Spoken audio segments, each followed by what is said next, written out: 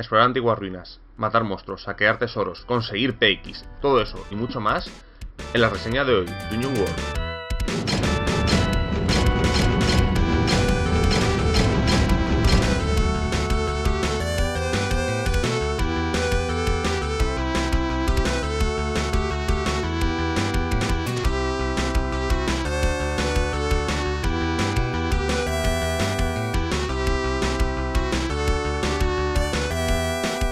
Buenas a todos, soy Edcardan, hoy os voy a traer la reseña de Dungeon World. Y si bien ya sabéis que hay una reseña en el canal sobre Dungeon World, en el que estoy con Turbiales y con Dani Jimbo, que son dos colaboradores excepcionales en ese vídeo, no había una reseña al uso a las pantallas sobre este juego, y puesto que no es una reseña larga, que dura más de 90 minutos, algo más de 2 horas y media, quería tener una reseña más al uso. Esta va a ser una reseña quizás un poco corta, porque si bien el libro es bastante gordo, tiene varias secciones que digamos que no son al uso. Ahora las vamos a ver. Y bueno, el PBTA a mí es un sistema, Power BI Apocalypse, que me gusta bastante, la verdad. Estoy bastante aficionado a él, si bien opino que no vale para todo, obviamente. Me permite tener una soltura y una capacidad de dirección que pocos juegos me han permitido. Y si bien realmente el Power BI Apocalypse no es tanto un sistema de juego, sino como una filosofía de dirección y de jugar, se adapta bastante a muchas cosas que yo hacía, con lo cual, pues bueno, para mí ha sido bastante afín. De hecho, bueno, he leído varios juegos Power BI Apocalypse. Dungeon World es importante porque yo creo que es uno de esos juegos que enseña a jugar. Porque si bien el sistema original, el Apocalypse World, es un juego que está mal escrito y que no permite saber realmente cómo jugar, yo creo que este juego es el que te enseña a jugar, igual que Sombras Urbanas es el que te enseña a dirigir. Tampoco es cierto, hay otros que lo logran, pero yo creo que este es el mejor para entenderlo, quizás por la familiaridad que nos da el propio sistema de Dungeon World a la hora de hacer algo que casi todos hemos hecho, que es jugar a dungeons, a dungeonear, a buscar tesoros en mazmorras oscuras mientras pegamos a orcos. Que no es cierto que no todo el mundo a lo mejor lo ha hecho, ¿no? Pero yo creo que es algo que la gran mayoría de los aficionados a los juegos de rol en algún momento ha realizado. Y si no lo ha realizado jugando al rol, mínimo habrá jugado videojuegos que lo hagan, con lo cual vuelve bastante más intuitivo que el propio juego madre, ¿no? Bueno, el juego empieza con una introducción en el que nos van a hablar un poco sobre la premisa y un poco las premisas clásicas de la mazmorra. Los elfos viven en los bosques, los enanos en las montañas. Es decir, que Dungeon World no trae un setting, sino que digamos que es multiambiental. O sea, sirve para dirigir aventuras en mundos de fantasía, en lo cual, bueno, pues los jugadores van a... Si bien se puede jugar en setting ya creados, los jugadores van a tener una capacidad de influenciar en el mundo, porque una cosa que tiene PBTA, que ya lo hablaremos después, y en Dungeon World por supuesto, es que la historia se crea alrededor de las que los jugadores han creado. O sea, no funcionan bien partidas ya predefinidas con este tipo de sistemas. No es cierto, en realidad. No funcionan bien al principio, porque lo que tiene este sistema es que la campaña va evolucionando a lo largo de decisiones y la narrativa. Ya lo veremos cuando lleguemos al capítulo de campañas. Bueno, nos van a hablar de las clases de personaje que van a venir, que además son pues muy familiares porque son las clásicas: bardo, druida, clérigo, explorador, guerrero, mago, ladrón y paladín. Son las más clásicas. Es fácil hacer más clases. Bueno, relativamente fácil. Es fácil hacerlas, no tanto que queden bien. En la página web, por ejemplo, tenéis el bárbaro. Y bueno, si os vais por foros de Dungeon World, tenéis infinidad de ellos, sobre todo lo que se llaman clases compendio, ¿no? Que vienen a ser un poco las clases de prestigio, que aquí vienen un par referenciadas, pero no profundiza realmente en ello, ¿no?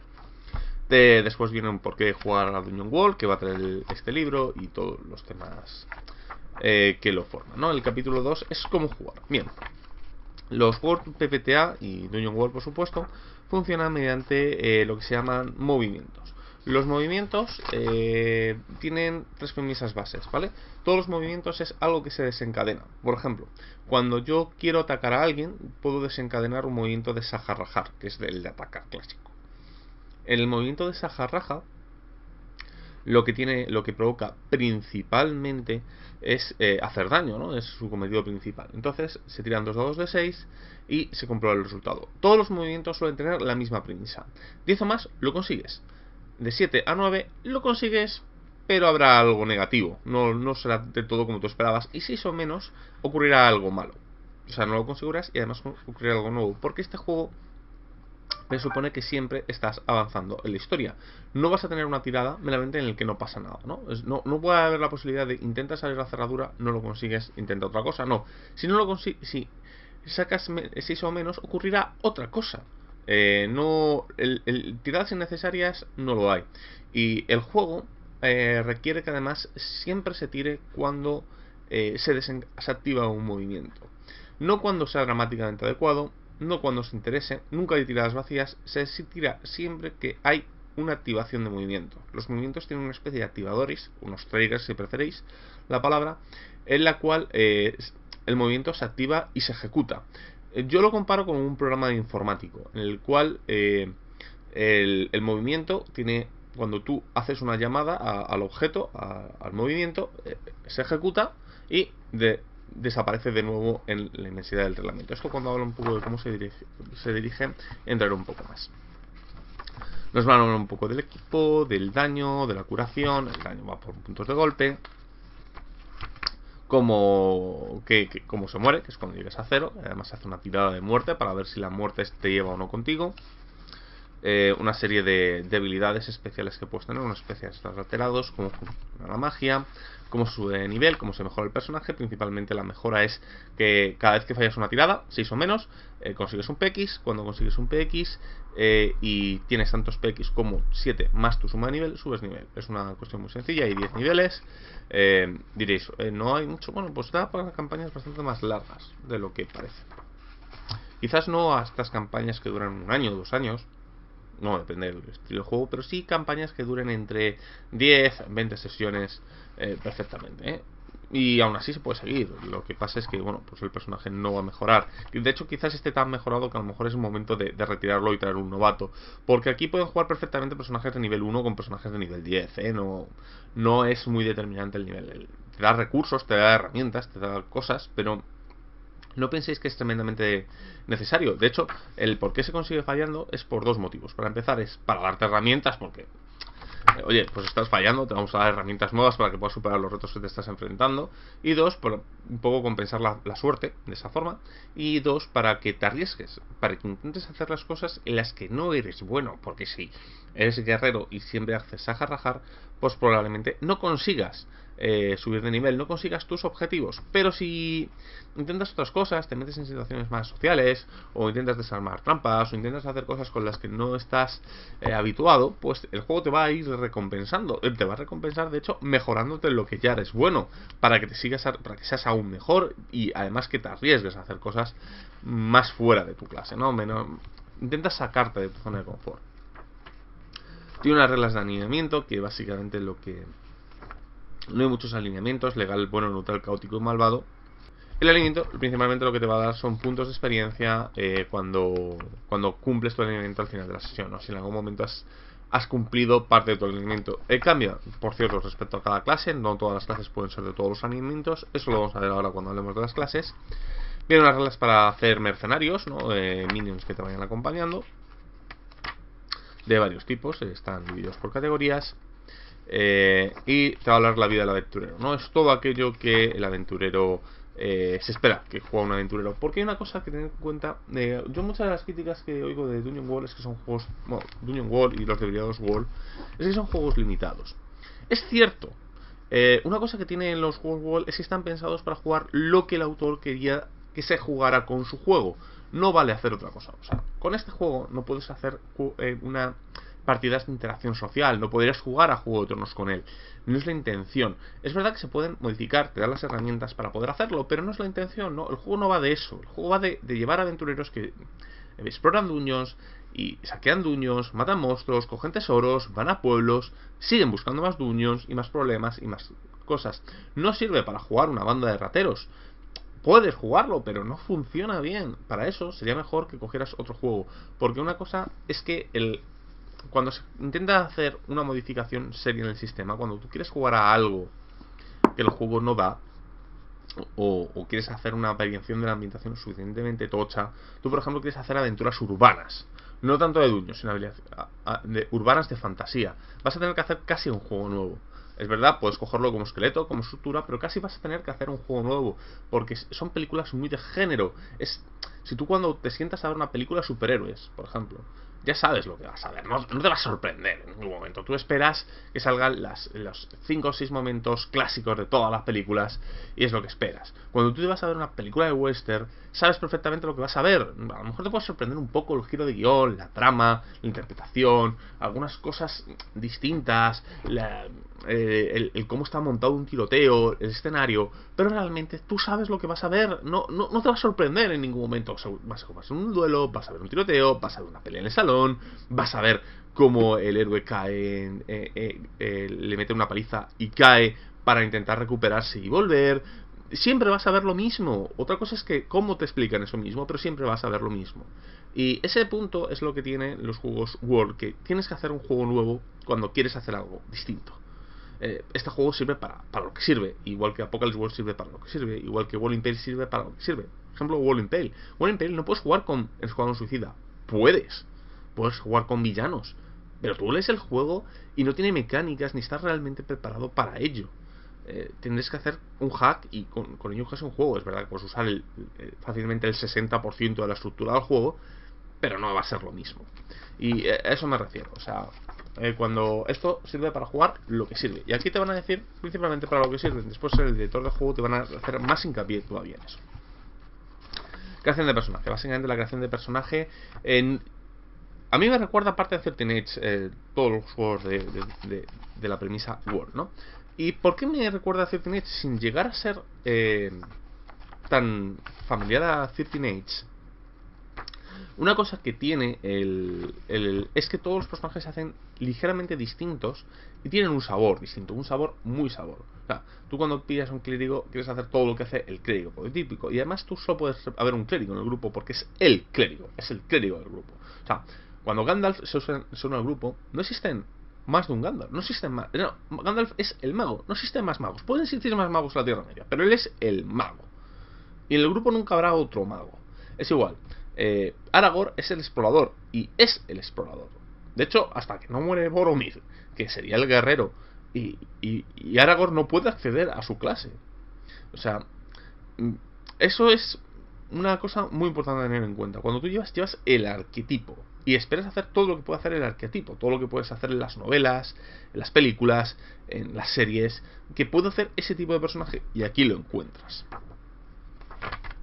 Bueno, la creación del personaje es muy tonta porque básicamente es coger lo que se llaman los libretos, que es el equivalente a las fichas, y seguir los pasos que te van diciendo en el orden que te van diciendo. Es poner los atributos, tienes esa cantidad de atributos. Escoger raza, te viene una serie de razas que puedes escoger, que depende además de la clase. Alineamiento, Por ejemplo, el guerrero, tu espada es tal. Pues dije 3 atributos de tu espada, pues los marcas. Así hasta el final. Y eso es todo. No tiene... Realmente no tiene más misterio. Ahora, cuando lleguemos al capítulo de personajes, intentaré hacer un poco de ejemplo, ¿no? Movimientos básicos. Los movimientos básicos son, por así decirlo, los objetos, los programas básicos del juego. Porque Dungeon World tiene un punto casi de programación, yo lo diría. El director de juego lo que está haciendo es casi programar la aventura a tiempo real. Yo es que soy informático, ¿no? Entonces me siento muy cómodo con ese término. Cuando tú estás narrando, cuando tú estás jugando, y esto es importante para entender los movimientos, tú lo que estás haciendo es hablando. Tú estás hablando con el director de juego, pues hago esto, pues hago lo otro. Por ejemplo, pues me acerco a los goblins, un goblin te carga, pues desenfundo mi espada, le aparto la lanza y le reviento la cabeza, ¿no? Entonces, ahí tú estás diciendo cosas. Estás diciendo, me acerco a ellos, aparto la lanza y le reviento la cabeza. Esto tiene dos elementos de entender. Si apartar la lanza es relativamente fácil, porque no, por ejemplo, el goblin no está esperando la carga, no está activamente, sino que es meramente un intercambio de golpes. Probablemente ya se desencadenó una tirada de Saja-Raja. ¿Por qué? Porque la tirada de Saja-Raja se desencadena cuando puedes hacer daño al enemigo. El puede es importante. Puedes hacer daño al enemigo. El director de juego en ese momento está codificando al metalenguaje del juego. Dice, está haciendo esto.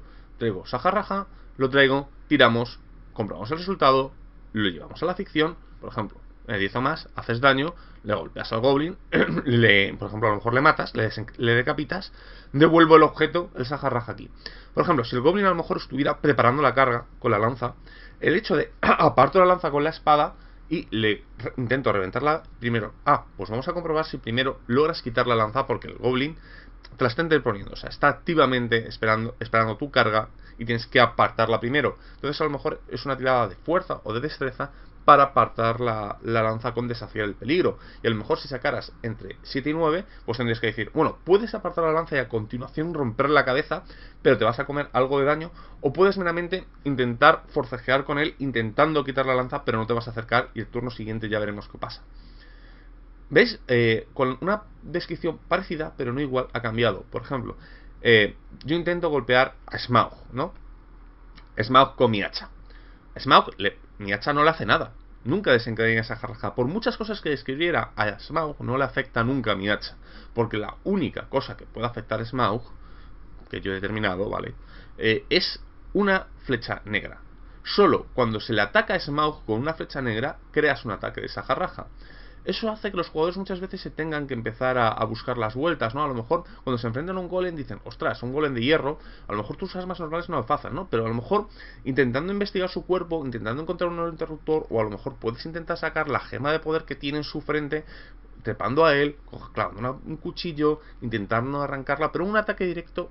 La descripción es importante para saber que se desencadena. Por eso el director de juego siempre tiene que estar muy atento cuáles son los desencadenantes y cuál es la ficción para traer continuamente los objetos, movimientos al frente y desencadenarlos a medida que vayan siendo necesarios.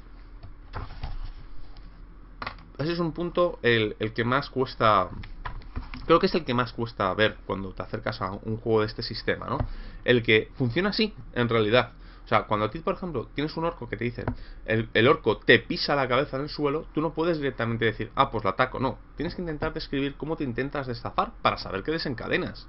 Porque a lo mejor no tienes ninguna posibilidad, ¿no? O a lo mejor puedes hacer un desafío del peligro, o incluso a lo mejor un sajarraja, depende de cómo lo hagas. Cuando a ti, por ejemplo, te golpean y te declaro que te rompen el hueso de la mano, en otros juegos de rol no tendrás problemas, sigues atacando, porque es un elemento descriptivo. Pero aquí, cada vez que quisieras volver a usar el escudo, a lo mejor necesitas una tirada adicional de desafiar el peligro para mantener la compostura y lograr seguir parando pese a tener el brazo roto, ¿no? A lo mejor la declaración de le golpeas y le arrancas una escama al dragón, a lo mejor es que a partir de ese momento golpear al lugar donde falta la escama, pese a que a lo mejor es difícil y necesitas un par de intentos o movimientos especiales, golpear la parte que no tiene escamas, a lo mejor le quita la armadura, ya no puede tener armadura. Es importante el elemento narrativo. Quizás un problema que tiene es que entra demasiado que es subjetivo. Y a veces depende del director del juego, y eso puede arruinar la experiencia, ¿no? Pero bueno, ¿cuáles son estos movimientos, estos objetos, estos desencadenantes básicos de la acción? Sajarraja, que es golpear en cuerpo a cuerpo; disparar, que es disparar un proyectil; desafiar el peligro, que viene a ser el movimiento comodín, es cuando quieres hacer algo que te puede suponer un peligro. Por ejemplo, esquivar una trampa, esquivar un flechazo, cualquier tipo de elemento que pueda ser peligroso para ti, ¿no? Defender, que es ayudar a otra persona a defenderte a ti o a otra persona. Exhibir conocimientos, que es saber algo.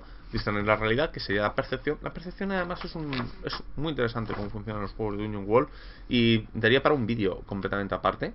Y bueno, como en el futuro además voy a hacer algo que explique todo este tipo de cosas, digamos que es meramente la tirada de percepción, ¿no? Tú tiras y tienes una serie de preguntas ya escritas, porque, vuelvo a repetir, de hecho es uno de los movimientos más complicados cuando haces tu propio juego con el sistema PBTA, ¿no? Porque vienen las preguntas prehechas. ¿Y por qué vienen prehechas? Porque son las preguntas que interesan en este tipo de aventuras. Si tú quieres preguntar algo y te hacen tirar esto y no tienes la pregunta, a lo mejor eso no te tienen que haber hecho tirar. Parlamentar, que es hablar con otra persona. Ayudar o interferir, que es ayudar a otra persona o ponerte o entorpecerla, ¿no? Luego tienes una serie de movimientos especiales, que básicamente lo único que se diferencia es que se suelen usar como mucho una vez por partida, que es último aliento, que es cuando estás a punto de morir, para ver si te mueres o no. Impedimenta cuando estás con mucho peso, acampar, que es cuando acampas, hacer guardia, que es por si acaso pasa algo por la noche, realizar un viaje peligroso, que es cuando pasas un terreno hostil, cuando llegas al final de la sesión, cuando subes de nivel, cuando te vas a festejar al pueblo, cuando intentas comprar cosas con dinero, cuando te intentas curar, cuando intentas reclutar gente, cuando vuelves a un lugar en el que ocasionaste problemas en el pasado, o cuando estás pasando algún tipo de tiempo de ocio, ¿no? Los siguientes capítulos, que va a ser una parte importante del libro, son las clases. Las he hablado antes. Básicamente pues tienes una serie de elementos que puedes coger. Aquí vienen explicados un poco más a fondo el libreto del personaje. Y voy a poner como ejemplo el guerrero, para que veáis una cosa que escoge cuando se inicia, ¿no? Explorador, ¿dónde está? Guerrero. Más que nada porque es el arma, ¿no? El guerrero, cuando se crea, es el más fácil de eso, ¿no? Puede elegir, por ejemplo, qué raza tiene: enano, elfo, humano o mediano, porque son las clásicas. El guerrero realmente en los mundos y películas de fantasía puede ser todos, pero por ejemplo el druida hay humano, elfo y mediano. ¿Por qué? Porque realmente cuando tú juegas, tú lees y ves películas, el tropo no suele haber enanos. No significa que puedes hacer, y existen hacks para llevar druidas enanos, incluso druidas orcos, pero incluso la raza orca en varios lugares, pero no suele serlo. Entonces, como no entra dentro del estereotipo, no entra dentro de la normalidad, pues no lo ponen, porque esto está para llevar estereotipos de fantasía, de dungeoneo. Y bueno, el humano, el guerrero, por ejemplo, escoge, el único que tiene que escoger en realidad es su arma distintiva. Va a conseguir dos cosas adicionales, que es blindado, que es que ignora el incómodo de las armaduras, y doblar barras y hacer puertas, ¿no? Que es cuando intenta usar su fuerza bruta para eliminar un obstáculo, pues básicamente pues tiene una tirada especial, que solo puede hacer él. No, los demás tendrían que hacer un desafío del peligro a lo mejor, pero él tiene su propia movimiento para ello, que le da cosas especiales, que a lo mejor le permite hacer cosas que no se pueden hacer normalmente, ¿no? Pero su arma distintiva pues tiene que escoger el tipo de arma que es: espada, hacha, martillo, lanza, mayal o puños, la distancia de tu arma. Pero por ejemplo sería difícil decir que tus puños tienen corto alcance, ¿no? Pero a lo mejor es que tus puños a lo mejor son una especie de nudilleras especiales, o una especie de garras, ¿no? Por poner un ejemplo. Y elegir dos mejoras. No, te dice que se tiene que ajustar, o sea, hace falta justificar algún tipo. Y esto sería difícil, pero no imposible, ¿no? Y elegir dos armas, ¿no? Por ejemplo, que tenga garfios y púas, que mejora su daño, que aumenta su peso.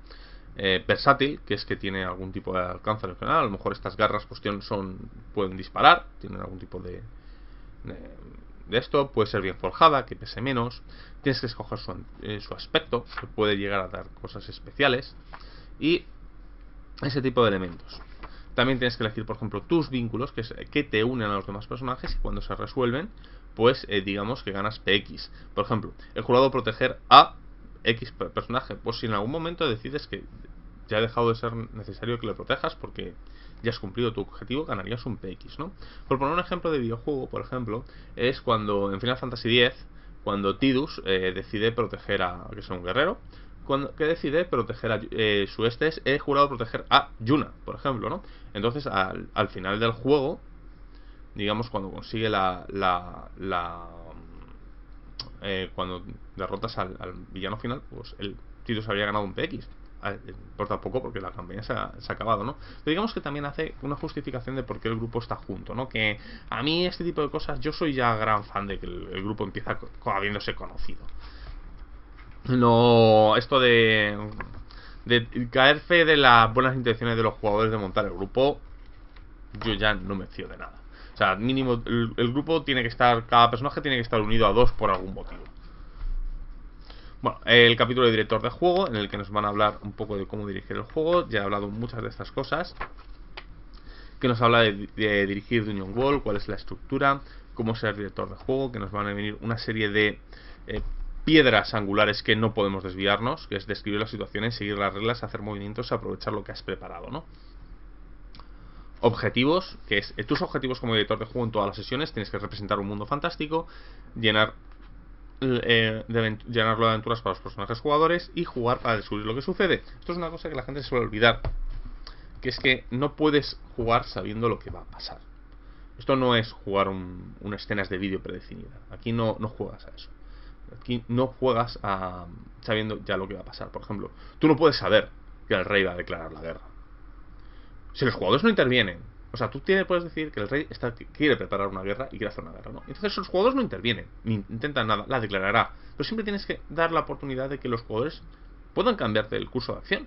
O sea, tú tienes que presentar la situación, pero no el desenlace.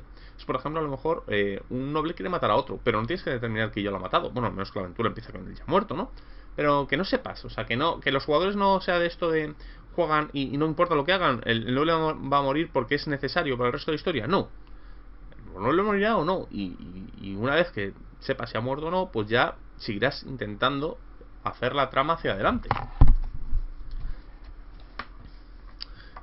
Los principios, que son los principios del director de juego, es básicamente aquello que no puedes romper, las reglas que no puedes romper nunca para jugar, para disfrutar de la experiencia que quiere el juego. No significa que no puedas romperlo, que puedes cargarlo, pero entonces no estás jugando a Dungeon World, estás jugando a otro Dungeon World que puede usar el reglamento, puede usar parte de las reglas, pero no el espíritu con el que se escribió, ¿no?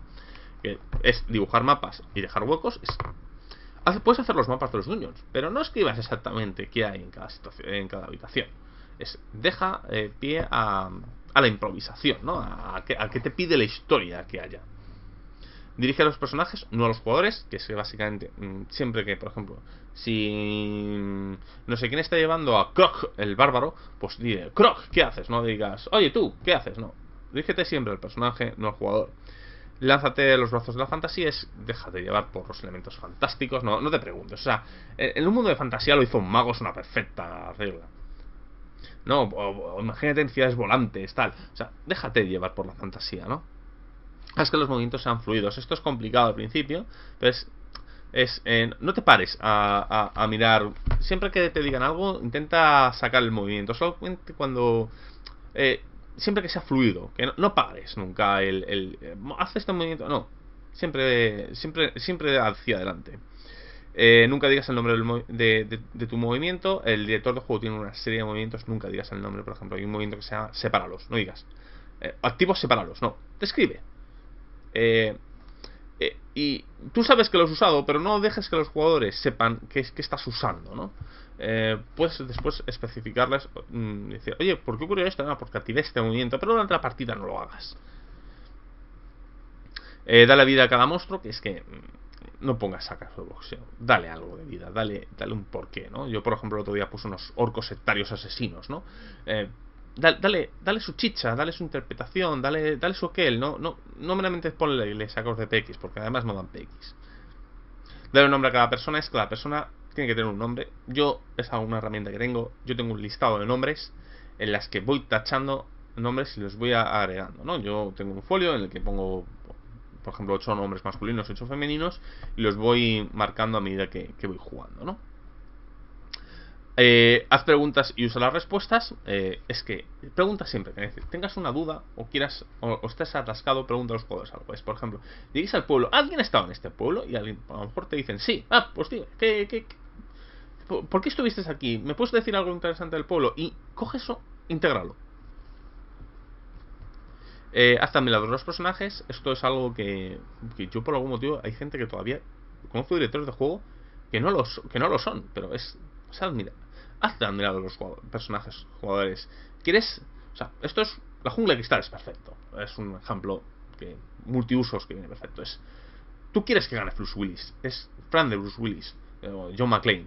Quieres que gane John McClane, pero no quieres que gane, quieres que le jodan un poco, ¿no? Quieres verle esos pies destrozados por los cristales, quieres verle sufrir, quieres ver cómo le disparan, quieres verle sangrar, quieres verle en cierto momento algo caer, porque así, cuando se levante es más grande, ¿no? Pues te tienes que hacer fan del personaje, tienes que mostrarle retos, tienes que hacerle molar, tienes que darle sus oportunidades, que luego las coja o no, pero tú tienes que intentar darle feeling, ¿no? Tienes que ser como decir, oh Dios, qué grande, ¿no?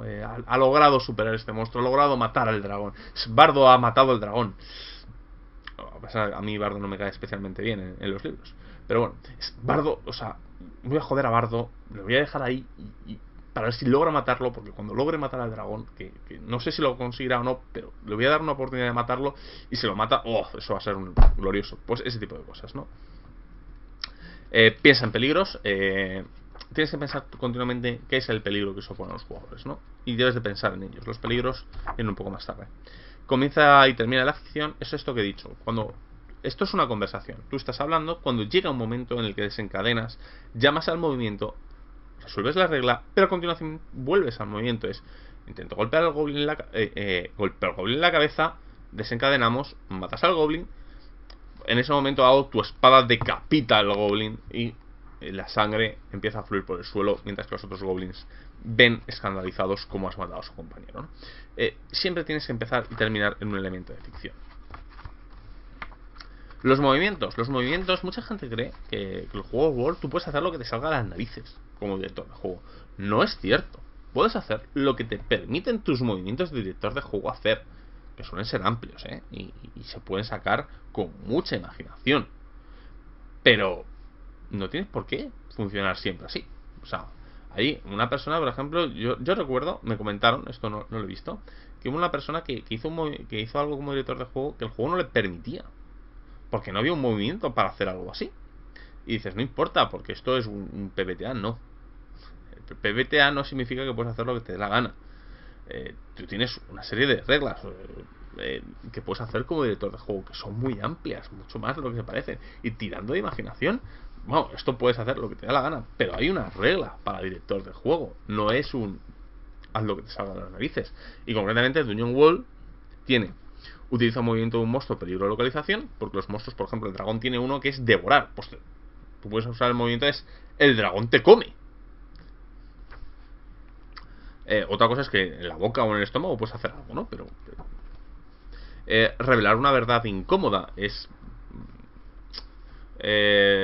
pues una verdad incómoda. Esto pues, se me ocurre menos, ¿no? Pero Luke, yo soy tu padre, lo es, ¿no? O a lo mejor llegas a un lugar y descubres, yo que sé, que el rey te está traicionando, ¿no? O sea, has llegado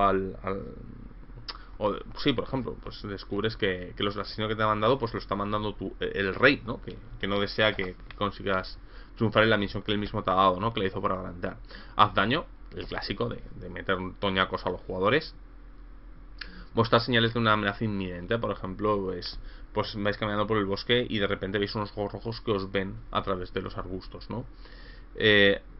Agotar los recursos, que es perderlo, ¿no? Por ejemplo, pues estás trepando y de repente pues una piedra te desabrocha el carcaj que cae al vacío, ¿no? Haz que tus movimientos se vuelvan en su contra. Es, por ejemplo, pues yo que sé, haces un ataque, ¿no? Y cuando intentas atacar, pues golpeas contra una piedra y tu arma se te queda ahí clavada, ¿no? Separarlos, que es separar los grupos de personajes. Es de repente caer una plancha blindada que divide el pasillo por la mitad, estés cada uno a un lado. Ofrecer una oportunidad de que se ajuste a las capacidades de la clase, que es básicamente poner un reto exclusivamente para ese personaje. Por ejemplo, un mago es por ejemplo, entra en una zona antimagia, pues podría ser. Poner manifiesto un inconveniente de su clase, raza o equipo. A lo mejor llega a un pueblo que la gente es racista con los elfos. Ofrece una oportunidad con o sin coste, ¿no? Que es ofrecerle algo a un jugador. Bueno, tú puedes hacer esto, pero pone a alguien en un aprieto, que es, por ejemplo, pues cuando tú has caminado hacia adelante cargando contra el goblin, de repente descubres que una araña gigante cae del techo sobre el mago.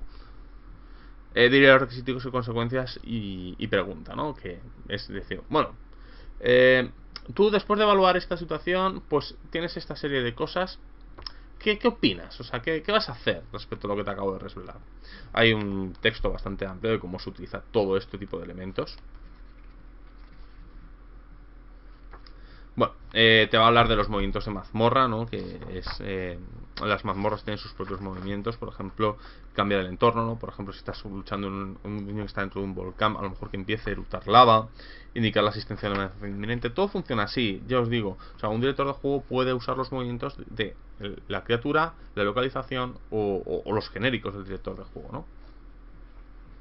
Te habla de cómo resolver situaciones habituales, cómo hacer la primera sesión. La primera sesión es una aventura completamente improvisada porque tú te tienes que sentar con tus jugadores. Los jugadores tienen que ir comentando los personajes, describiéndolos, hablar de su pasado, y tú tienes que ir apuntando todo lo que digan. Y si tienes dudas en algún momento, repregunta. Y si no te queda claro, vuelve a preguntar.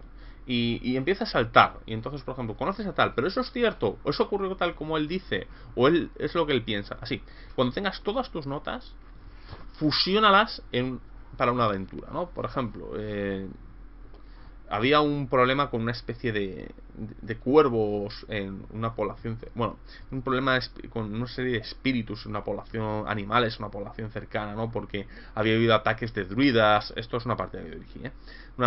Los druidas estaban atacando la civilización por algo, ¿no? Entonces, pues descubrieron el primer dungeon, el original, pues iban a una especie de antiguo túmulo en la cima de una montaña, que descubren que había un druida que se había fusionado con el espíritu del cuervo, ¿no? Y había decidido convertir en carroña al resto de la humanidad, ¿no? Básicamente eso, escoge todas sus ideas, fusiónalas, intenta hacer una primera aventura, que no va a salir bien, o sí, ¿no? Pero que te digan que no es tu intención. Tu intención es crear una primera aventura para crear un marco con el que hacer la campaña. Porque ahí empieza el capítulo de frente, que es la gestión de la campaña. Este capítulo nos va a enseñar cómo gestionar la campaña en todos sus estados. Por cierto, las ilustraciones a mí me encantan de Dungeon World. Hay gente que se queja del estilo de ilustraciones que tienen, que es una especie de estilo cartoon, que me parece increíblemente chulo. Incluso la portada me gusta, ¿eh? La americana es verdad que es muy buena, pero a mí me gusta muchísimo la española. Me encanta. Y creo que tiene un gran trabajo de ilustración, muy, muy emotivo.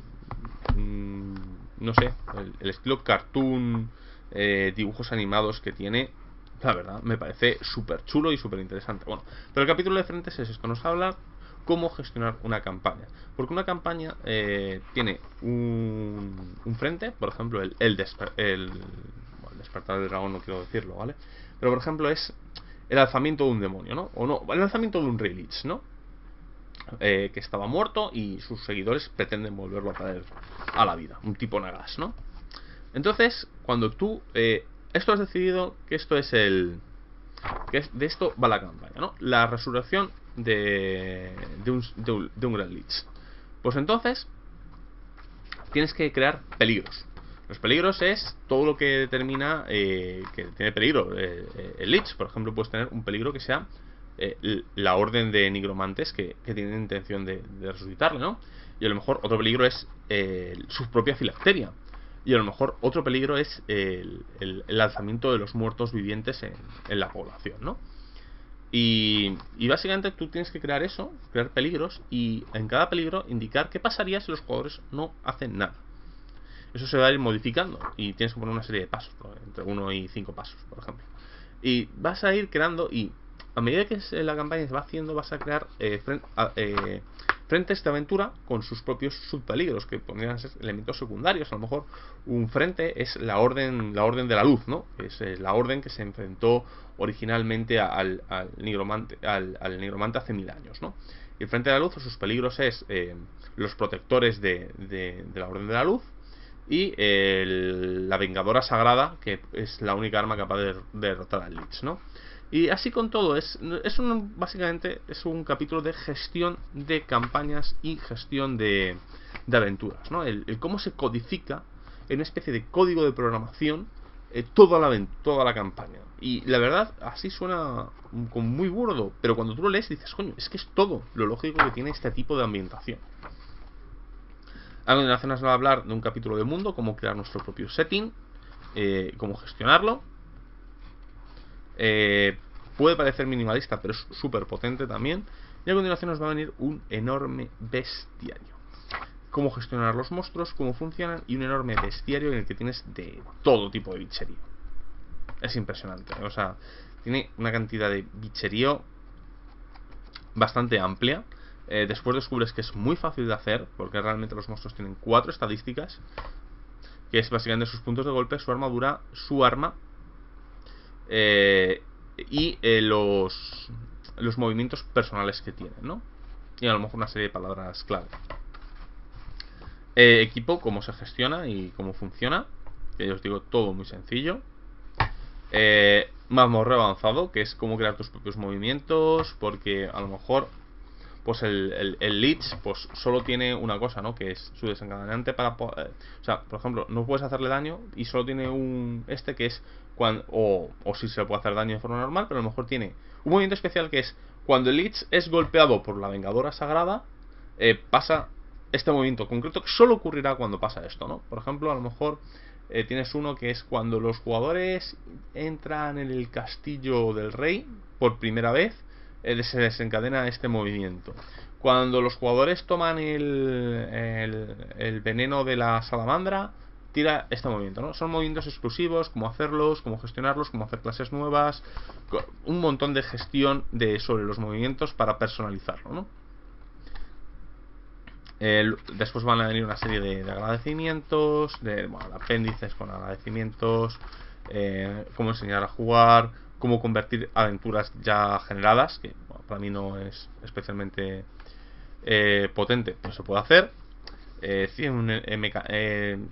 Tipos de mecanismos, por ejemplo, instintos o trampas, tal, una serie de apéndices de referencia rápida, ¿no? Los movimientos, los monstruos, tablas de gestión. Y a continuación va a venir una de las cosas que es importante para este juego, para todos los juegos de este sistema, que es la guía Dungeon World. La guía Dungeon World es realmente una guía de cómo jugar. Cuando salió este juego, ya pasado con Apocalipsis, pero este llegó a mucha más gente, nadie sabía cómo jugar este juego.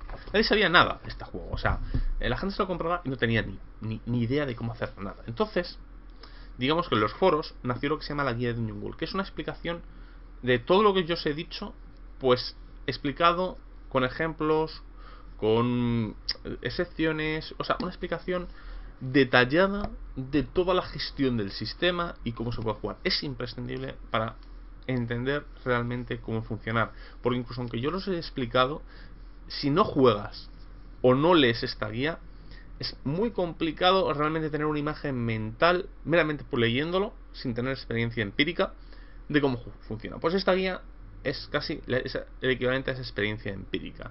Nos va a ayudar muchísimo y es clave para entender el sistema de juego. Porque muchas cosas que yo he explicado salen por conclusión de eso. Porque el problema es que no es un juego objetivo. Y el problema de los juegos que no son objetivos es que tienes que enseñar muy bien cómo gestionar y cómo llevar a cabo todo eso. Pero bueno, todo esto es Dungeon World, ya os digo, es uno de mis juegos favoritos, un auténtico descubrimiento. Y la verdad, quería hacerle una segunda reseña en la serie normal, sin entrar en las pantallas.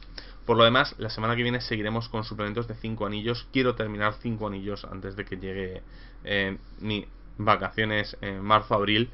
O sea, en esta temporada. Y así, en la quinta temporada, voy a analizar algún otro juego de estos que tengo muchísimo material, pero que no estoy dando prioridad porque quiero acabar con 5 anillos antes de meterme en otro en general del estilo. Que ya os digo, es probable que sea alguna edición de ID. No es la edición más preferida de mucha gente, pero quiero analizarla porque tiene una de mis ambientaciones favoritas. Pero por lo demás, soy Ezcardan. Hasta ahora.